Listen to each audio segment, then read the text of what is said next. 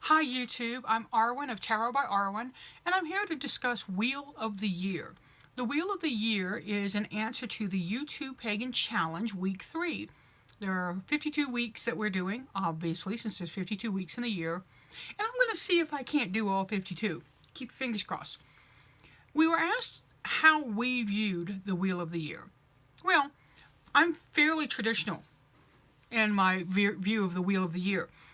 I'm Wiccan, so a lot of my training is based on the Wiccan Wheel of the Year, and we followed the Wheel of the Year as I was taught it. Imbolc, February 2nd, February 1st.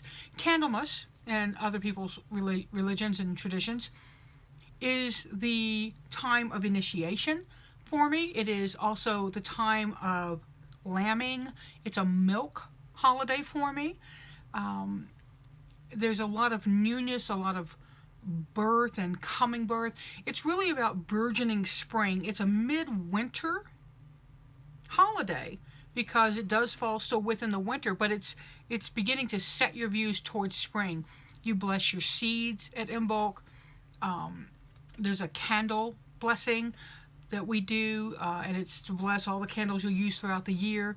Okay, so sometimes that doesn't work, but you bless a great many candles. There's dressing and anointing candles that I do, and that's forward for the rest of the year. So it's a preparation holiday for me in a lot of ways.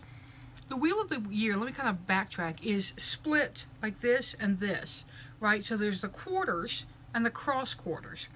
And there's a lot of discussion about what was celebrated and what wasn't celebrated. I'm not really here to debate what was, what is, what should. I'm here to talk about what I do. So, from Imbolc, and it's a 6-week, boom, boom, boom, boom. The tarot blog hop that I'm part of, we operate on a 6-week thing simply because it was easier for me to remember. Everybody involved in the pagan blog hop, everyone involved in the tarot blog hop is not pagan. Okay, we have Christians, we have atheists, we have agnostics, we have all types. So, bleh. But I set it up, so I chose. And 6 weeks for me was a pretty good time. Every month seemed a little too much. And so that's why we chose the Wheel of the Year. But again, I digress.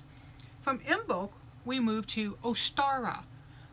It's spelled many different ways, O-E-S-T-A-R-A, O-S-T-A-R-A. I've seen it attributed to Ishtar, to Isis, to Ostara herself. It's Easter on the Christian calendar. It falls on or about the 21st of March, and a lot of us do a strictly astrological gleaning. Like, so many degrees of such and such is when such and such falls. But I'm not going to get that technical with you. Ostara is an egg holiday for me. It's bunnies and the goddess coming to life and birth again. There's more birth going on at Ostara. There's the beginning of planting, your seedlings from Imbolc. The seeds that you bless at Imbolc are now beginning to get to the point where you're going to have to start moving some, taking some out, weeding them out, thinning them out, and getting the strongest ones going. You can start setting, depending on where you live, start setting your seedlings out to harden during the day and bringing them back in. So it's a plant nature-based cycle for me. From Ostara, we go to Mabon, or No, we don't, Arwen. From Ostara, we go to May Day, or Beltane. And Beltane is sex on a stick, baby. There's a thing in the pagan community about Beltane babies being blessed, and a woman who gets pregnant at Beltane and isn't married, there was no stigma on her, or at least that's what I've heard. I actually know somebody who has one of those Beltane babies. And she's a blessing. She's a darling. I get to watch her on Facebook, and she's just pure joy to me, just watching her. But, you jump the fire at Beltane if you're a woman and you want to get pregnant. There's a lot of jumping the fire that happens around Beltane. Bonfire is a big deal. It's also one of the 2 times in the year when I consider the veil to be at its thinnest. Now, we always talk about the veil being thin when the ancestors come over at Samhain, but we don't often consider or talk about the veil at Beltane. And for me, that's important. It is when the god and the goddess get together and bump those uglies, baby. Then from Beltane, we go to Midsummer or Litha, and that is the wedding of the god and the goddess. Now, you'll notice we do that a little bit out of place, right? We had the bumping of the uglies. Now we've got the wedding. Well, in some cultures, you didn't get married until you knew that something was going to happen, that it was going to take. So Litha is also much about planting and crops. What is your harvest going to be? It's a celebration of the longest day of the year, and it's also when things start turning, when the tide starts moving to the other side. So it's kind of a last blast, if you will, of summer and all that energy going on.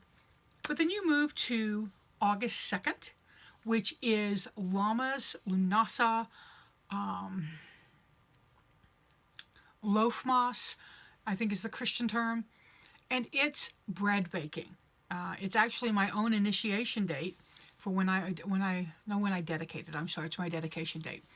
And I love it because I'm a bread baker. A lot of people don't know that about me, but I haven't done it in a long time. But I used to be really big on making bread. It used to be a part of who I am, my self-identity. And Lammas it's John Barleycorn. If you ever heard the song "John Barleycorn Must Die," it's when you start bringing in the wheat and the corn to make the alcohol, which is what the song John Barleycorn is about. It's not about murdering your neighbor. But Lammas, for me, will always be a very, very special holiday because of that. From Lammas, we go to Mabon, pagan Thanksgiving, autumnal equinox, several different names. Ostara is spring equinox. I probably didn't say that. And Litha is summer. So, not equinox. Anyway, but Mabon is a harvest festival. It's the second of the harvest festivals. Lammas is the first. Mabon is the second, and it's when you start bringing in your meats and the animals. If you raise animals to eat, it's when you start putting away that meat and when you start canning some of the stuff from the summer. And it's really about looking at the dark time coming. And I don't mean dark like, oh, everything's gonna go bad. I mean dark like the light's getting dimmer. And so the sap's starting to go back the other way. Leaves are starting to fall. I am a fall girl. Don't love summer. Sorry, it's too hot for me. Bleh. I adore fall. And from Mabon, we go to that big witchy thing that most people know about, Samhain. Now, I have always said Samhain was the Celtic New Year. Just heard recently, I think from Pagan Scholar actually, that it's not. I have not done a lot of research into that. I am going to fall in with what he says because he's a pretty smart kid. Sorry, Pagan Scholar. I'm 55 this year and I'm pretty sure you're younger than me. But Samhain is ancestors, it's talking to the dead, and for me it's resetting my year. It is looking ahead. It is, I do treat it as my new year. I don't know if I'll treat it anything differently this year because I've always done that. So it'll be, something for me to look into and see how my practice may need to change. I tend to do year reading at Samhain for the year ahead. So those are things that I have to kind of re-examine for myself. Thanks a lot, Pagan Scholar. And from Samhain, we go to Yule. And Yule is winter solstice, summer solstice, winter solstice, spring and fall equinox. I knew I was saying it wrong. And solstice is the shortest day. Winter solstice is the shortest day of the year. And it's also a celebration of the year getting longer. The days getting longer gradually and gradually and gradually. In my tradition, the Holly King and the Oak King switch places here. And they also switch places at the summer. So there's sometimes a battle in ritual where those two kings flip sides.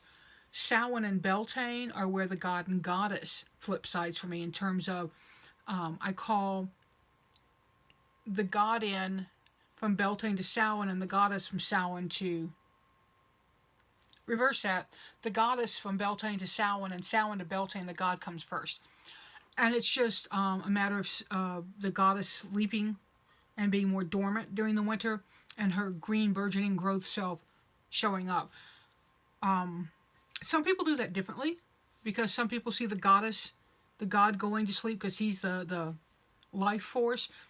Just depends on how you were brought up and how you were trained. But for me, the wheel of the year is really important. And so are the moons. You know, so between those 6 weeks, we have new moon, full moon, dark moon. Not everybody celebrates all of them. I don't celebrate all of them anymore. I used to.